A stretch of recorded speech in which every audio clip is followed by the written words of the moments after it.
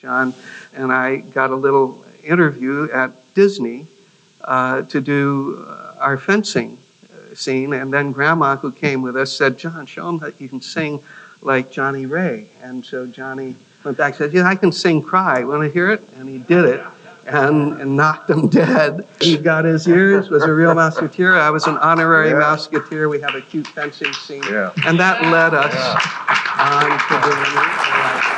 Yeah.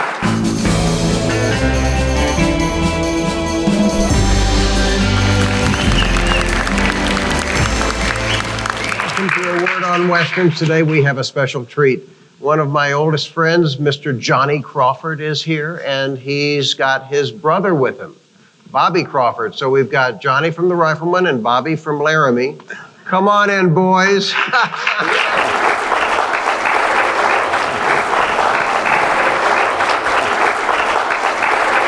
lot of you may not know that Johnny is a champion roper too, as well. He's got a buckle. I've competed with him and lost, as he's won buckles for team roping, and he also rode bulls, believe it or not. But we're not here to talk about that. We're here to talk about actual fake Westerns, TV Westerns, okay? And movies too. Welcome to the show.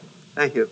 I'm looking forward to hearing about Laramie because they're running it now, and the reruns are terrific. It's been restored. It looks great. It took 40 years to get on the air again.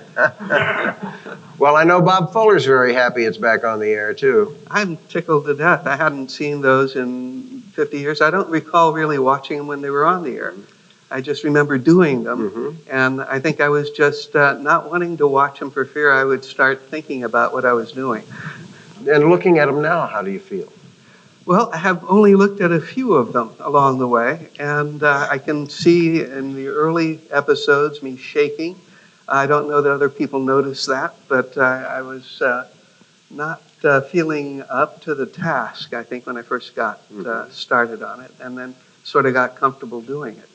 I had done a lot of bit parts and small things, and just leading into that, I did a Playhouse 90, which was my real break with the director, George Roy Hill. Well, and you got an Emmy nomination for that. I did. I was up there with Paul Muni and Mickey Rooney, and Fred Astaire won it, and he was sitting right behind me at the Emmys. It was a phenomenal year in 1959. Well, I'll tell you, one of the things that makes it so phenomenal is not only did you get nominated for an Emmy, but so did you, Johnny, for The Rifleman, Best Supporting Actor.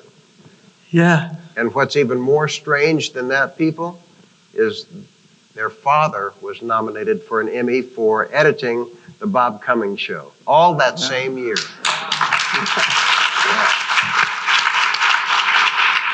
So that's pretty amazing. I don't know that that's ever happened again, or if it even could happen again.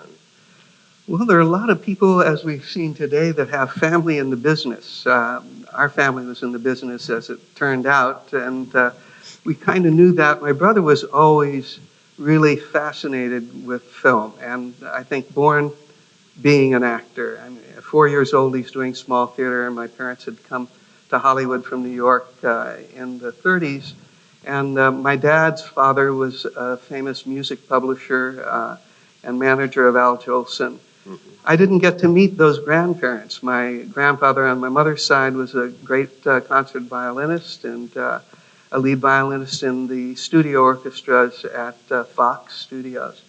But that was all legend to us. And growing up, early as I can remember, John was ordering films from Black Hawk Films and running on a bed sheet in the backyard. We'd have the BJ Nickelodeon, run down to the store and get candy and sell candy and run our little Nickelodeon running 8mm prints of Charlie Chaplin and William S. Hart. And I paid little attention to that. We'd go to the silent movie theater on Fairfax Boulevard and watch the compendiums that they would put out there in the 50s and get a lot of belly laughs and kind of marvel at the routines that they would do. It's great to see them on a big screen like the silent theater enabled you to do with an audience, because then it works, and the laughter, especially in those wonderful silent comedies, is infectious, And it's great, but I, like you, Johnny, I was ordering from Black Hawk Films and got my Laurel and Hardy films and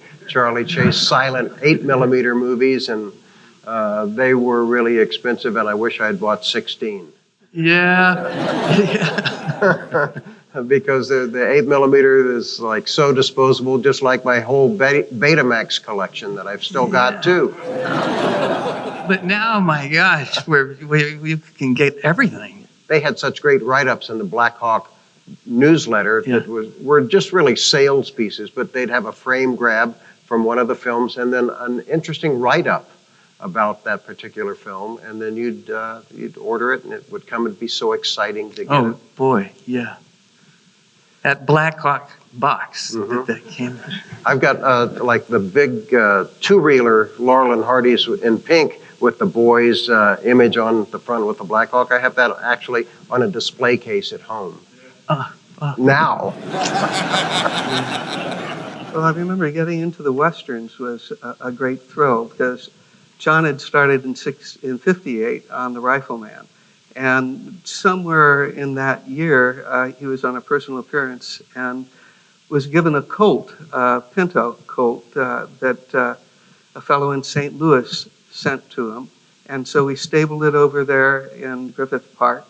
And that got us going to the stables as early teens. I was so surprised, that you could mail a horse. Yeah. It's amazing what the Postal Service can do. And of course, John was around all of these people on the set were wranglers, but they were also famous stars of the Westerns, the silent Westerns, the early 50 Westerns. And the crews, too. I know Johnny's talked about the crew members had been in silent films behind the camera, and they just continue to work. And then when guest stars like John Carradine would come on The Rifleman, how nice that was for him to be able to work and appreciate them. I was in heaven. I mean, Monty Montana gave me my first cotton rope, and I learned how to spin it. Our hero, having saved the town, sang a song with the stars above, wooed the maid and won her love. Now you know the story of Once Upon a Time in the West. Bobby, I want to ask you about Laramie. Yeah. Working with Bob Fuller and John Smith, and was it Hoagie Carmichael was on there too? It was indeed. Stardust. Amazing that I didn't know who Hoagie Carmichael was. John did. He knew all about music. I was just involved in going to school and getting vacations now and again through our childhood, getting jobs because our Sunday school teacher happened to be one of the biggest child agents in Hollywood of all time and in that period, Jean Halliburton. And she got us going at an early age on commercials. And then my dad in the GI Bill took up fencing. This is all going to get to Laramie eventually. But it was that fencing on Hollywood Boulevard with Ralph Faulkner, who staged all the great fencing scenes in the 30s pirate films and was Basil Rathbone's double in many of them. And that's where I learned to fence and do some tap dancing. And John and I got a little interview at Disney to do our fencing scene. And then Grandma, who came with us, said, "John, show him that you can sing like Johnny Ray." And so Johnny went back and said, "Yeah, I can sing Cry. Want to hear it?" And he did it and knocked him dead. Got his ears, was a real Mouseketeer. I was an honorary Mouseketeer. And that led us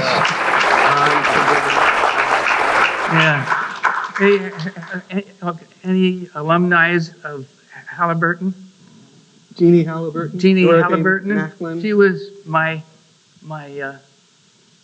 His agent. talent agent. Yes. And she rode a horse and came in, to the studio on a horse. That'll get their attention. Yeah. Bob Fuller told me this story about how he was offered a couple of series detective shows to be on Markham with Ray Milland, and he says, "I want to be a cowboy." and he wanted to be Jess Harper, and he got that part, and it changed his life. It did, and I had only known that story secondhand because I ended up working with one of the chief people at Review at that time was Pat Kelly, and he was running the business with talent and handling them, and was the guy who would offer Fuller the part on Laramie, the John Smith part, and Fuller said, "I'm sorry, I can't do that. I want to play Jess." And he left the office, and Pat, I'm sure, was flabbergasted. And Pat was a tough Irishman and formidable guy. And so that took some nerve on Bob's part to deal. And then Bob at least got the chance to audition. And what I didn't realize is off of the Playhouse 90, Robert Pyrosh was running the show to start. It was the producer of it, and had me come in to audition and do a film audition with Fuller of a scene where he draws on me, I'm bringing him a piece of apple pie. And we did that scene, and I'm figuring, chances were that I got the part. And sure enough, our first week on the set, we're doing that scene again. And it showed how raw I was. I got hysterical dropping the piece of pie because it flattened out and squirted. And it was my first moment in the cameras. And we did that 13 times. It's a lot of pie. And a lot of patience on a TV show where you do 2 takes, maybe. And I learned after that scene that I did just 1 take on most everything else I did. But it was, I had been really, had a wonderful director experience on Playhouse 90. Well, with your Playhouse 90, because that was live television, Yeah. and you're saying you're a little nervous on film, how must that have been for you? Well, that was just the camera, and you got to rehearse, and you had 2 weeks of rehearsal. And I had done enough work that I was feeling comfortable in front of the camera. And then I had this great director who just really knew how to handle kids. And he really enjoyed taking somebody that didn't have a lot of experiences. George Roy Hill was saying, what you do is you don't act. Don't act. Just do it. And that's what my parents, who were ambitious actors as well, were saying. Be in the role. And I think all our actors, we all love to imagine. And so you use your imagination, and that's what I did. And then with that rehearsing and his direction, I delivered a very good performance on a 90-minute show that was live with millions of people watching.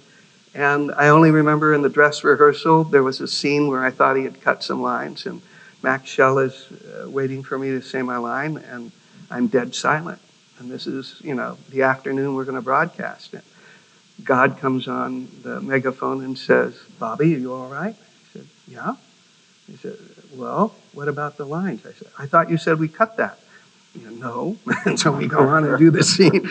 And that afternoon we shot it live, and all I know is we're on the set with about a lot of people we know, and just making believe. And so it was easy to do.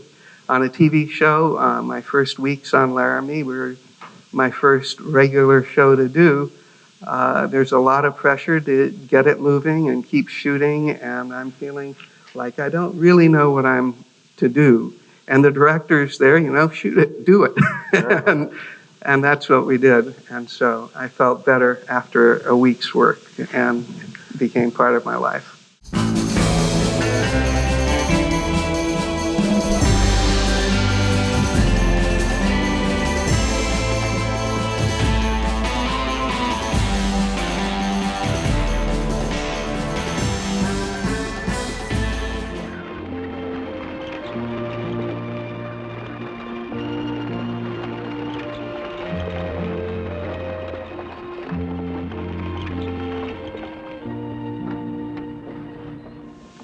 Well, you are very good at that. I know one of the films that we've talked about in the past is The Roping Fool with Will Rogers. Well, yeah. Just the best. Will Rogers. Wow. And I watched on the